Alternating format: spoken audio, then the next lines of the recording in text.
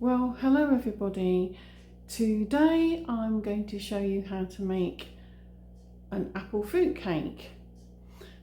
This uses Bramley apples to give the cake some extra moisture because, like a lot of recipes in the 1940s, there was a lot less fat and sugar in cakes and pastries and biscuits. This recipe is from around 1945 and is featured in the Victory Cookbook by Marguerite Patten. It was one of the recipes that was in celebration of the end of the Second World War. Now, while a lot of recipes from this period use maybe half the quantity each of fat and sugar to flour, this one is even more stringent with the fat and sugar, and only 100 grams of each are used in comparison to 350 grams of self-raising or plain flour. I'm using plain flour with 3 teaspoons of baking powder, and I have greased and lined an 8-inch cake tin. So let's get down to it. I have 350 grams of plain flour in this tin, to which I'm going to add 3 teaspoons of baking powder. 3 teaspoons is equivalent to 1 tablespoon. Don't try this at home, but I'm near the end of this particular pot of baking powder and it doesn't make a full teaspoon. You have to sort of top it up. I do have another tub. You don't want to be putting in more than 3 teaspoons or it won't turn out quite right. That's enough.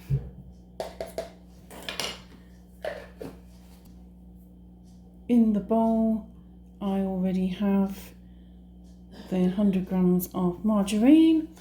You can use any kind of fat, cooking fat, such as dripping or lard. You can use butter if you've got some, although that would have been quite scarce during the war and just after the war. The ration was very small. I've used sunflower margarine. So now I'm going to sieve the flour and the baking powder into the bowl.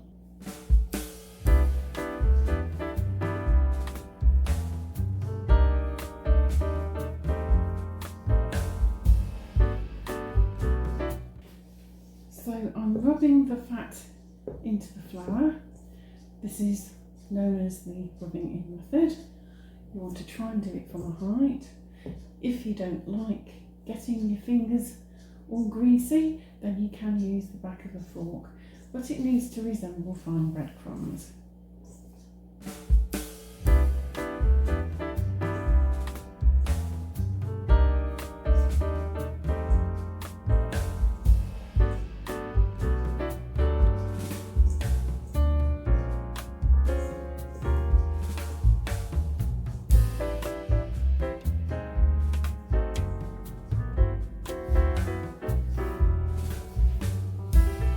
Next, I'm adding the sugar.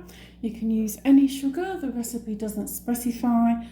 I have 100 grams of light brown soft sugar because it needs using, and I think that it gives the apples a lovely caramelly flavour that you don't get from caster sugar.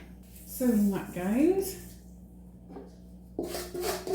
and give that a good stir round until everything is combined. There we go. Next, the recipe asks you to add between half and 1 teaspoon of cinnamon. I left my ground cinnamon at my mills last week in error. I have some mixed spice and that will do just as well. You could also use some ground cloves if you prefer, because they go really well with apple. It doesn't really matter. You could add some nutmeg or some ginger, or perhaps nutmeg and ginger. They all go pretty well together. Next, stir in the Bramley apples. These are already cored and peeled and chopped. You can see that there's quite an amount of tannin in these Bramleys. If you're making cider, for example, you want an apple that turns brown fairly quickly, because that shows you that there's a good amount of tannin in there, which is ideal for cider making. Not that I'm suggesting that you should all start to make your own cider. Stir those through.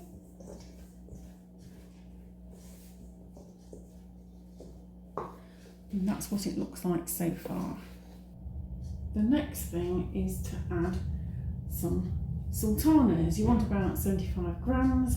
However, I have a little bit of my homemade mincemeat still in the fridge that needs using.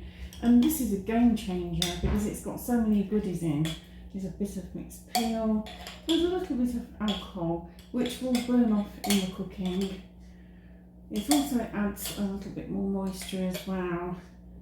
You can add milk to this cake. There's only one egg, which is going in next. But I think with the mincemeat it will make it a little bit moister.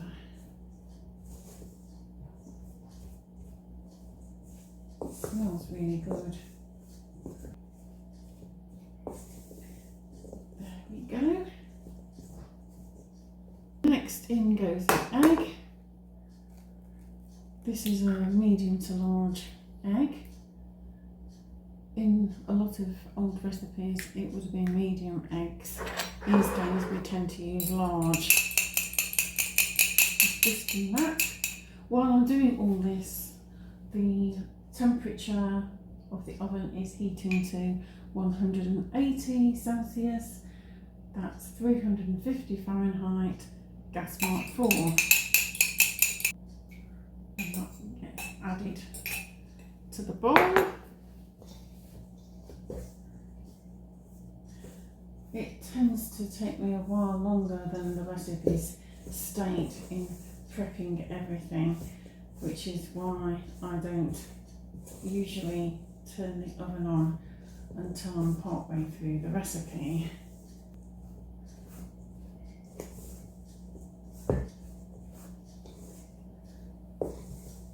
This house doesn't have many kitchen units. I have this bar and then basically one unit that is made from vintage dresser bottom.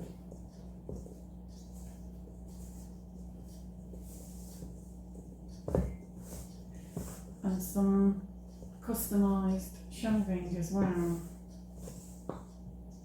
all in Adam green.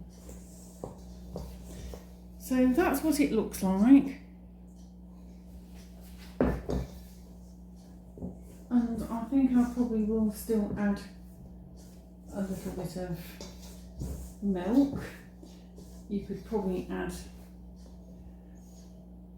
plant-based milk if you prefer, or you could maybe add a drop of apple juice. I'm going to add milk a little at a time. It needs to be as sticky rather than dropping consistency. This is raw milk, non-homogenised. Stir that through. See if we need any more. We get our raw milk from Fen Farm Dairy in Bungay, Suffolk. I changed from a 4-weekly to a 2-monthly order recently, just because we weren't getting through that much dairy. I'm on health at the moment. That needs a little bit more.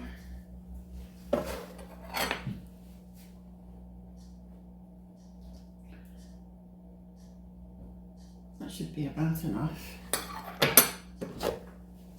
not even 4 tablespoons, just over 4 dessert spoons. That's lovely. You see, that's sticky, that's how it should be. Then spoon the mixture into the tin.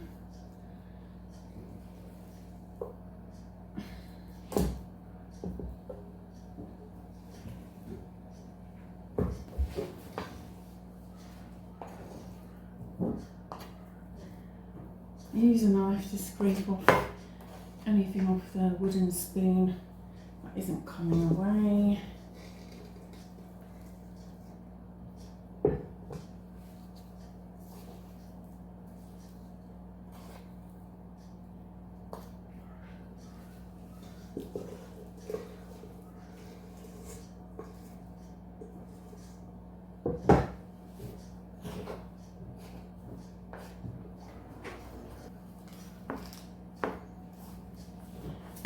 And then smooth the batter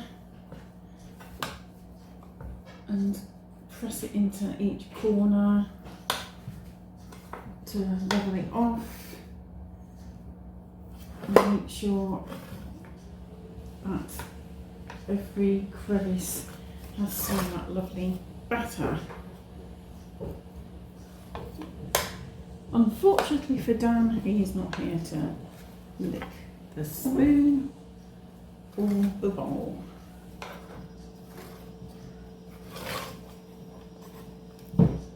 Although, to be fair, licking plates is my trick. I love to lick the plate clean. I very rarely do that in public.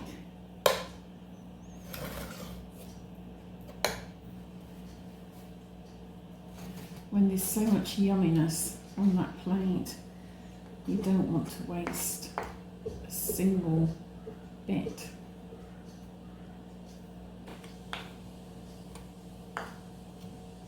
And there we are.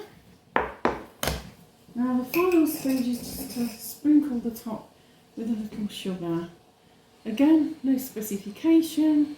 I'm using a little bit of demerara sugar, so it's even more caramelly and yummy.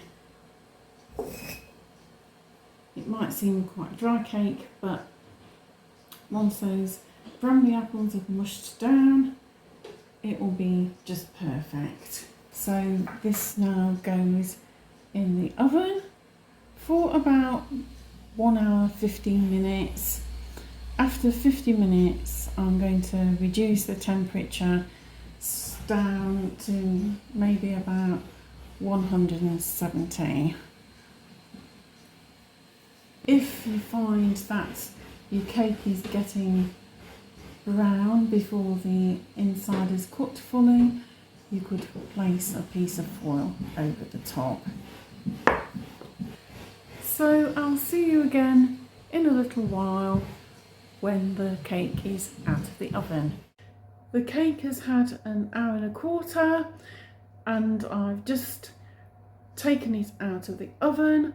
The skewer came out clean, so now it needs to cool in the tin for about 10 minutes, and then I can turn it out onto a wire rack to cool completely. Doesn't that look gorgeous?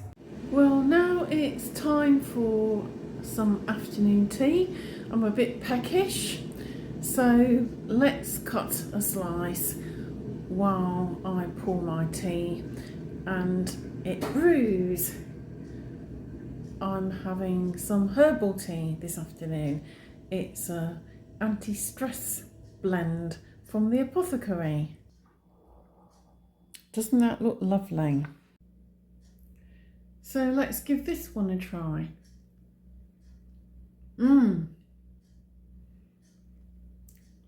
The texture is quite firm. It's slightly crumbly, that's because it doesn't have much sugar or fat, but it actually tastes really good.